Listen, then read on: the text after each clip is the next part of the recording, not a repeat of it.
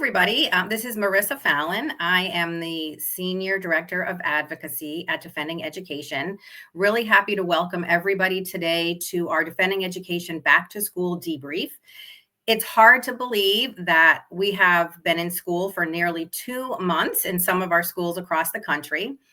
And it's a really great time for parents to kind of take stock and think about how are things going since the school year started, maybe 6 weeks ago for most of you. What's going well? What would you like to improve on? Any other tips that we can give you to help make this school year really amazing for your children and as stress-free as possible for parents, which I know is always hard. So we're really excited to kind of go over how the school year has started in different parts of the country. So we have 2 amazing parent group leaders who we're going to be talking with today. We'll be getting insight from them and hearing about things they're hearing from parents in their group and how things are going in their districts. So the first person that's going to be joining us is Julie Barrett. Julie is the founder of Conservative Ladies of America, an organization which emboldens women to speak up for freedom, our God-given rights, our families, and our country without apology. Most importantly, in addition to all of her wonderful advocacy work, Julie is the proud mother of 4 children. So welcome, Julie. Thank you for spending time with us today. Hi, Marissa. Thanks for the invite. I'm happy to be here.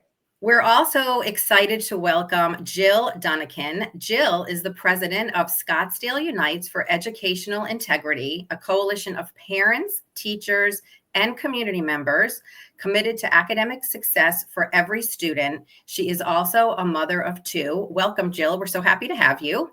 Good morning, Marissa.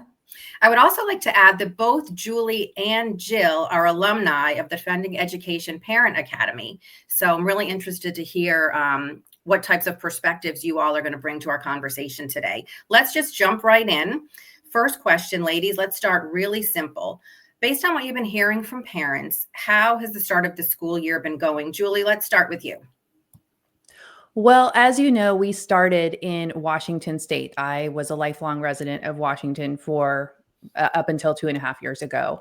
And so that's where the group got its start. So a large part of our audience is in Washington State, and they've been in school now since like right after Labor Day. And as you probably know, there's a lot of conflict between the Washington State superintendent and the federal Department of Education.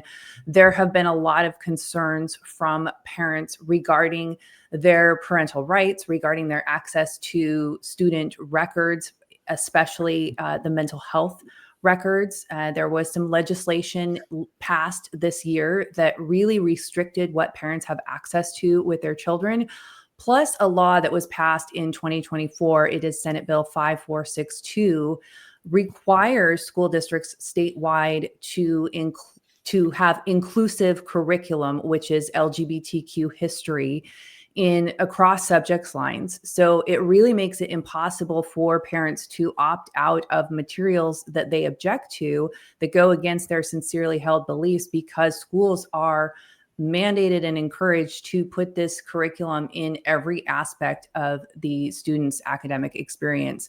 So we have a lot of parents who are raising concerns in Washington State about these kinds of things, and really wanting to have more transparency in the school system. That's really great information, Julie, and it really gives parents kind of a roadmap of the kinds of things that they need to be looking at while their kids are going back to school on the local level and on the state level. So that's great insight. Thank you so much. Jill, what are you seeing? Yeah, we're hearing, many conservative parents really hoped that school districts were going to do the right thing and follow the Trump administration's directives. And we're unfortunately, not always seeing that. Right here in Scottsdale in May, our governing board approved $674,000 for new high school history curriculum that is filled with one-sided, left-leaning ideology, including gender identity, anti-police rhetoric, anti-American sentiment. And despite the fact that our Arizona superintendent of schools reported the district to the federal government, the district went ahead, purchased the curriculum, and they're rolling it out this fall. We have parents at one of the elementary schools telling us that the district is allowing gender confused children to select the restroom of their choice. And the district in July refused to remove about 60 gender identity books and clubs. So all that to say that, despite all the positive things we've had happening in the United States and our government, it's really important that parents still stay vigilant, stay in the fight, and report issues when they see them. That's great. That's really great information. And it really shows that parents need to pay attention, not only what's going on at their local level, but really what's happening at the state level, right? With those state school boards. What kind of decisions are being made? What kind of discussions are they having? And then in your case, Jill, are those decisions making their way down to the state level? And if they're not, what can parents do about it? One thing I want to talk to you both about is at the start of the school year, Defending Education put out a back to school checklist. There's a lot of great information there about opting out and, reviewing what is the PPRA, various different, what's the AI policy at your school. You can see it up on the screen there. One really important topic that has been bubbling to the surface for several years now is Title IX.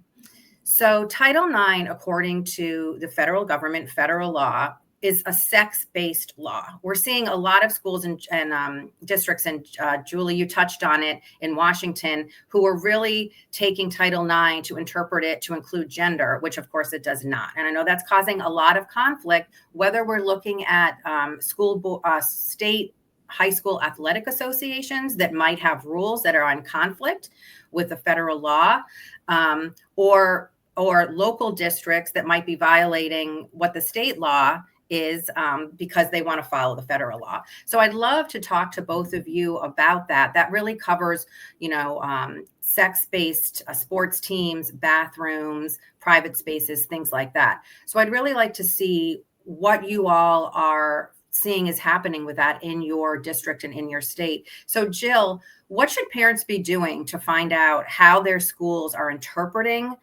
Title IX and if they're following federal Title IX or not?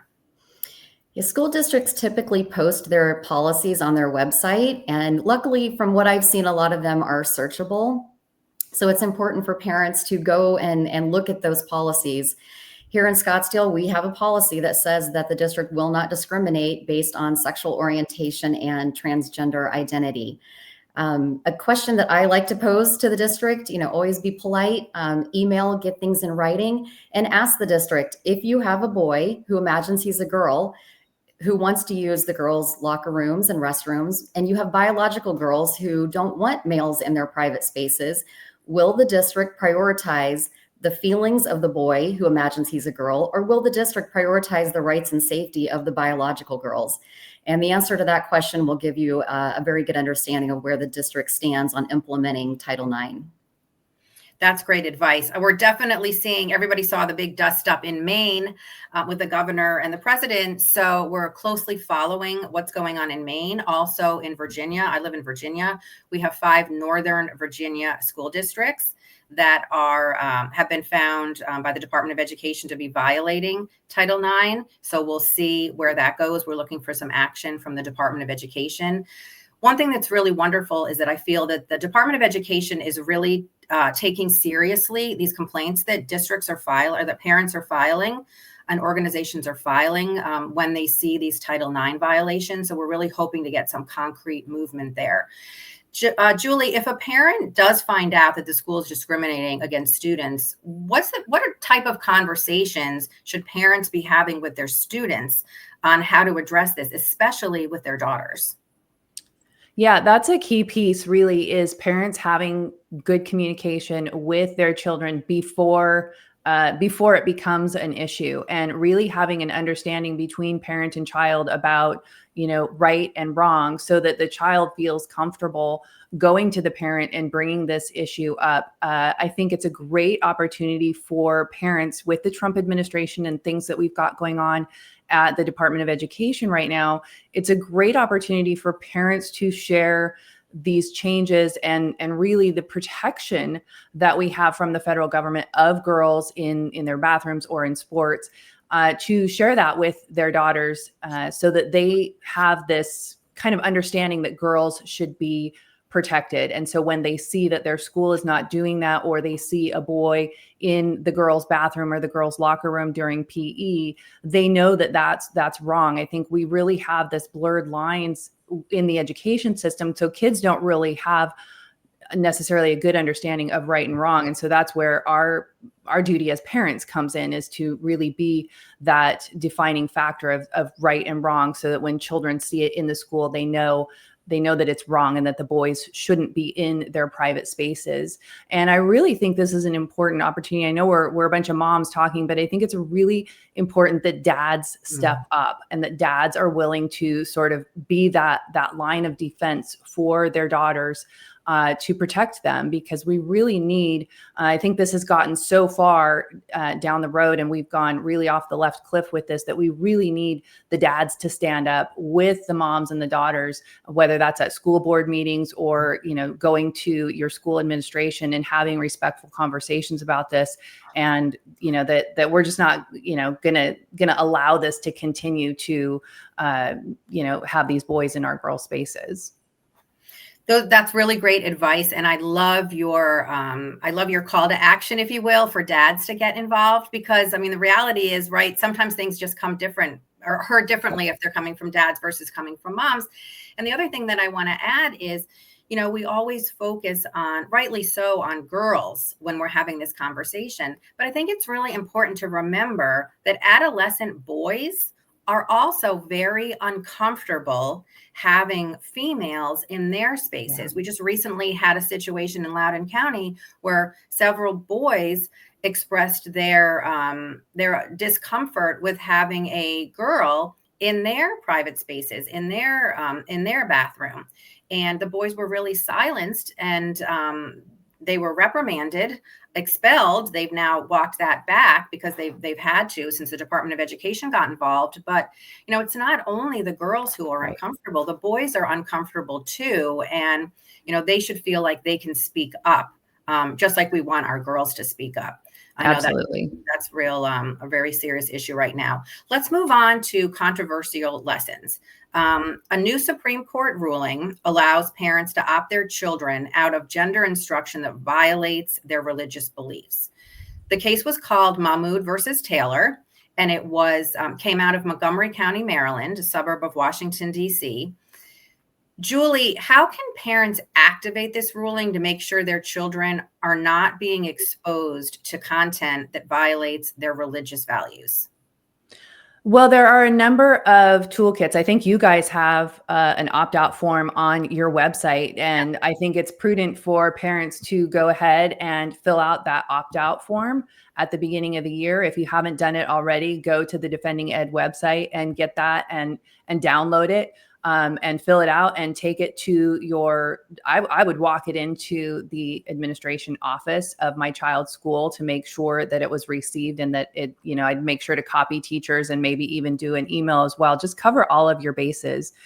Now, in some situations, as I mentioned earlier, in Washington State, they have this, they call it inclusive curriculum. It's a separate policy from the sexual education. So in Washington, you can opt out your kid from sexual education, but because this inclusive curriculum is embedded in every part of the education experience, it's difficult to opt your child out. I think that's going to probably become a lawsuit at some point down the line. But I think parents should be proactive. Don't wait until these lessons come up. Usually your teachers probably won't tell you about them ahead of time. So go ahead and opt out before it becomes an issue. That's great advice. Also, I want to remind parents that under the PPRA, parents have the right to review curriculum, right? So this is what Julie's talking about. A parent has the right to review any curriculum, any material, worksheets, etc., that are going to be shown to your child or used to educate your child in the classroom. So you can go in and you can request to review those documents. Julie, did you want to add something? Yeah, I just wanted to say I am friends with a school board director in Washington State, and he was telling me, as we were talking about this policy in Washington about this inclusive curriculum, that when they have committees for parents to volunteer to be on curriculum committees, they hardly ever get parents who are willing to be on these curriculum committees. So I would say to parents, find out what curriculum committees are available for you to be on. And these school boards are desperate for parent representation. Please step up and volunteer. It doesn't take a lot of time, and it's a great way to find out what's going on. That's a great recommendation. We actually have a resource on our website at defendinged.org on committees and different types of committees, how to join a committee. Some parents are put off by that because they feel like, oh, I don't have the credentials to be on a committee. But I would say anyone who is a parent, anyone who is raising a child, that gives you the credentials. And you really do. That's such a good point, Julie, because it really is important to get these parent perspectives, because a lot of the school committees, I recently was on a grading committee, and there might have been 40 people on the committee. There were at any given time a maximum of 3 parents, including myself, on the committee. So the voices of the parents are definitely not making their way into the committee. So that's a great recommendation. Take a look at our website, look at that resource, and of course, reach out to us if you have any questions about getting on a committee. Jill, you have a very interesting story about Mahmoud and the response that you got from your school district. So I want to hear about that, and I want to get your advice. If parents get a similar response saying that their schools will not let them opt out, not just in this case, but surveys, assemblies, anything like that. First, tell us your story, and then give us your recommendations about how parents should handle that, please. Yeah, so Scottsdale Unified has taken the position that the U.S. Supreme Court's ruling applies to a single school in Maryland. So they're putting the burden back on parents. And, while it is true that parents can go in and review curriculum, Scottsdale Unified is saying, hey, mom and dad, you have to come in, sift through thousands of pages of textbook lessons, thousands of online lessons that could be updated by the publisher at any time, and then provide a specific page number and a reason, and only then will they consider allowing you to opt your child out. Now, if you get a response like that from your district, I would say don't give up hope. It is going to take some time for this to work through the court system. But I agree with Julie. It is so important right now that parents send in those opt-out forms. The DefendingEd one is great. All parents have to do is cut, paste, edit, send. School districts need to know that there's an army of parents out here who are willing to stand up and enforce the legal rights we have to direct the education of our kids. It's important when you're working with the school, always be polite, keep everything in writing as much as possible so that you have a record, ask questions if you don't understand. And if you're receiving responses from your school that you feel don't align with local laws, that is the time, reach out to your local parents group, your national parents group, to see what might be going on in other districts and learn how you might be able to take actions that are going to bring positive changes. Those are great recommendations. I think it's interesting, if anybody listened to the Mahmoud arguments, it was very interesting because the Montgomery County School District lawyers, if you recall, one of their main arguments was that if the school had to allow parents to opt their children out based on their religious beliefs from this type of instruction, that would cause an undue burden on the school districts, right? So isn't it ironic that now the districts, for example, that were complaining about the undue burden on their side if they had to allow these opt-outs, they really are putting an undue burden now on parents and asking parents and expecting parents to be as detail oriented, Jill, as I know your district has been, about specific book that you object to, specific paragraph, what sentence within that paragraph. I mean, that would take a lot for parents to come in. So that's, and document all that. So of course, that's a way that the districts are making it more difficult to opt out of that. And I wanted to, because I know we're going to be talking about this. So I reached out to Sarah Parshall-Perry, who is our wonderful vice president and legal fellow at Defending Education. And I just asked her, if you're bumping up against a district like yours, Jill, who initially said, oh, that ruling only pertains to one district in Maryland. And I've actually heard the same thing from a parent advocate who's in New York City, that's what they're being told too. I just asked Sarah, what would your immediate recommendation be for those parents? And I'll just quote exactly what she said, and hopefully this will be helpful to some people and give you some confidence that you're doing the right thing. She said, the Constitution demands religious liberty and the protection of free exercise. That's a mandate, not a suggestion. And Supreme Court precedent trumps contrary school district policy. More litigation will follow, and it should. So parents should feel confident if you're bumping up against this. This is a fight that's going to continue, and that ruling is going to be enforced. So reach out to us if you need help. We're happy to be a resource for you. And this is just going to be ongoing. But the parents are definitely on the right side here. Okay, now let's just totally change topics to something completely different. The last topic that I want to cover is really related to technology in school, a topic that's been on a lot of people's minds lately, and that's technology and the cell phones in school. Jill, some schools for the first time are enforcing this bell-to-bell cell phone ban. Why do you think it's important for parents to know about these policies that are in their school? And have you heard anything about what your school is doing about the cell phone situation? Yeah, school boards set those policies. So if the school does have a cell phone policy, it is important for parents to read it, understand, to make sure that their child can comply and avoid any disciplinary actions. I am a bit torn on the cell phone bans. Of course, it's very important that we have learning environments that are free from distractions so that our kids can absorb the information that they're being taught. At the same time, there are instances where we only uncover districts or teachers' bad behavior because students are taking videos and photos.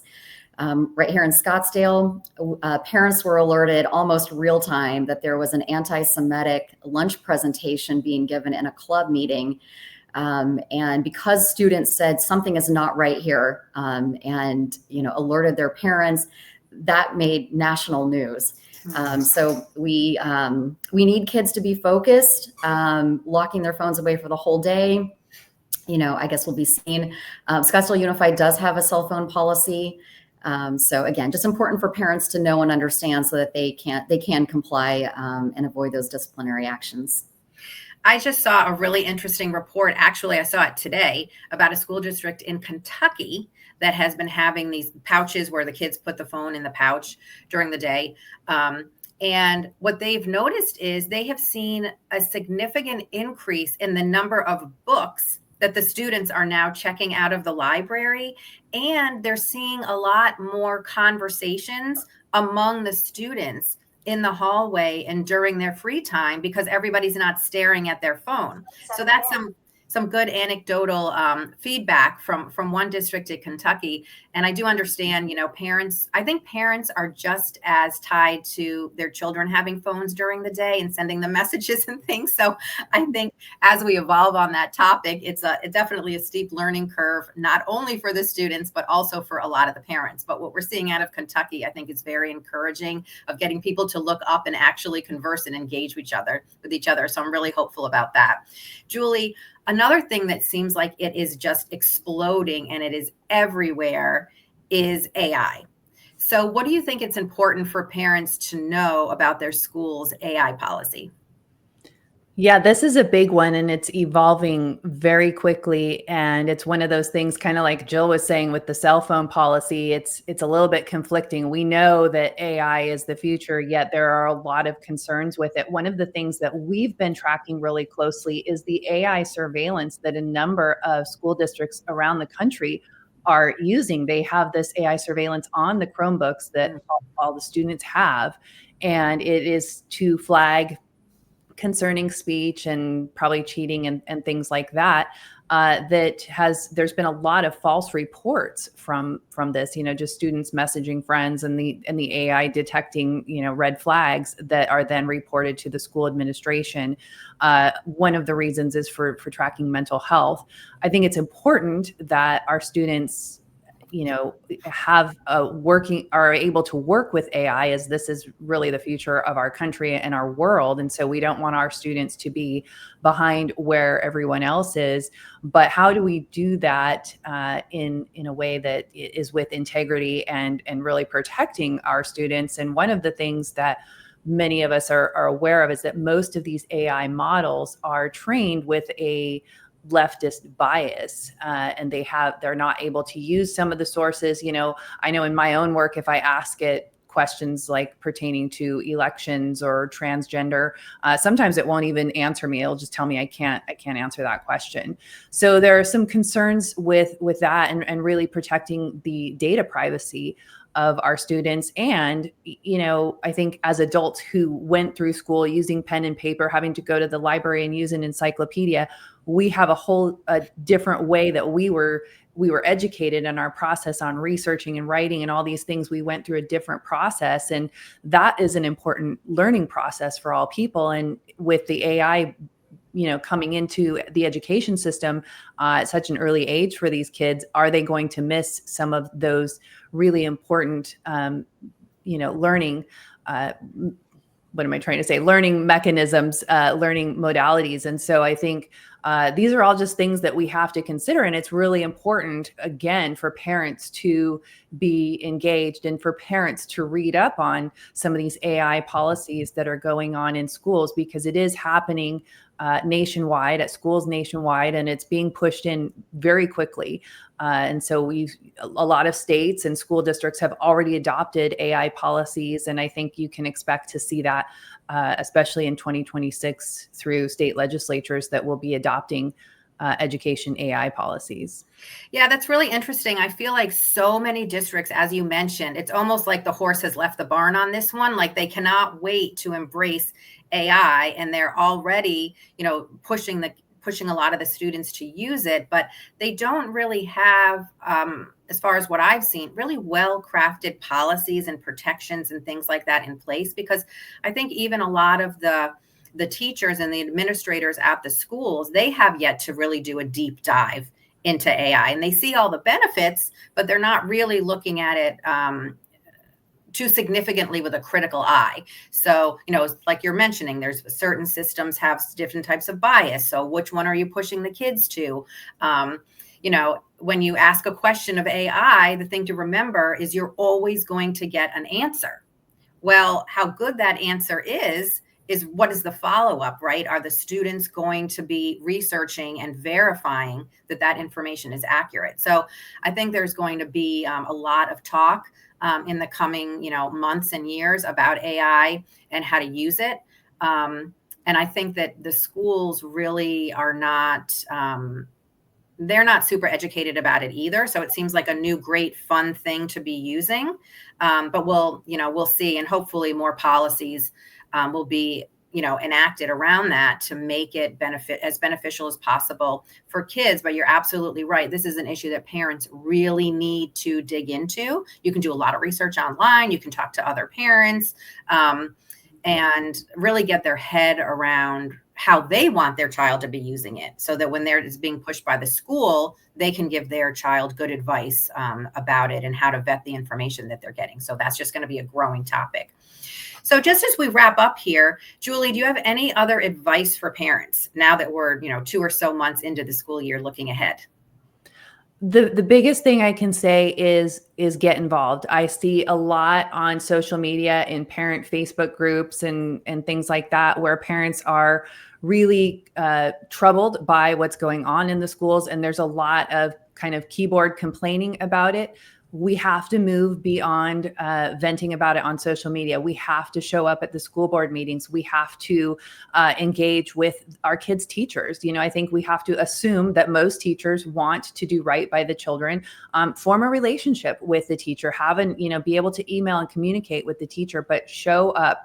Parents have to get in the game and band together with other parents in your district so that you don't have to go to every school board meeting. Maybe you have a group of people and you guys take turns on keeping up with what's going on at a district level and at a school level. I think that's the biggest thing, the biggest recommendation that I would give to parents right now is please get engaged and follow up with your kid every day. when they come home from school. What did they do? What's in their, whatever their app is that they use to track their homework and assignments. It's really important. And I know, especially as a mom of 4, I know when they all come home at the same time and everybody's got their different stories, it's very overwhelming for parents, but it's so important for us to be involved and be tracking all of that stuff. That's great. And I really love your recommendation about parents banding together, because strength in numbers is a real thing. And also courage is contagious, right? So exactly. It's great to talk with your other parents, because sometimes you can feel like you're on an island, right? So it's great to meet with other community members and just share different experiences and ideas about what you're seeing in your school district, because your neighbor, they may be reporting something that you didn't know about that their child told them. So I think that's great advice. Jill, what words of wisdom do you have for us?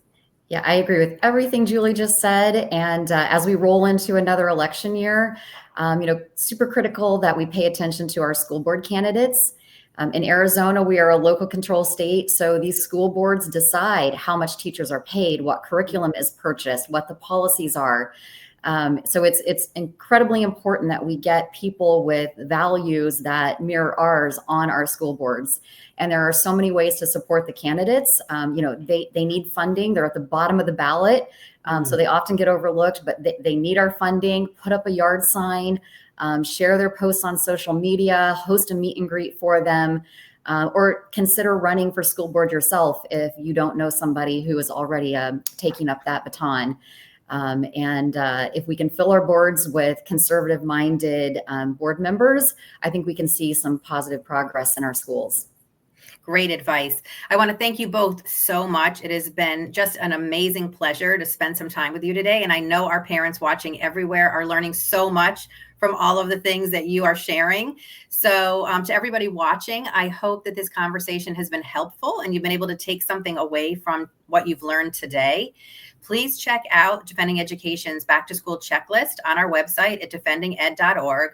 And as Julie and Jill have really emphasized during our talk today, please be aware of what your students are learning at school, what they're bringing home, what's in their backpack.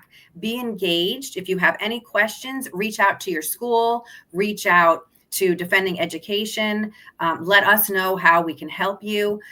Julie and Jill, I want to thank you both so much for joining us. And before we go, it's imperative that I let parents know how they can find you all. So Julie, how can parents find you? We are all over social media, Conservative Ladies of America. You can find us across all platforms. Our website is conservativeladiesofamerica.com. Wonderful. And Jill, how can parents find you? We are online at scottsdaleunites.com. You can also find us on Facebook and X. And we send a newsletter with updates about what's going on in our community. So stop by and sign up. I urge anybody watching, check out their websites. These are two really just incredible organizations run by two absolutely tireless advocates. So if you enjoyed this video, please share the video with friends, tag us. Thank you so much for joining us, Jill and Julie. It has been an absolute pleasure. Look forward to seeing everybody next time. Thanks so much. Thank you. Thank you.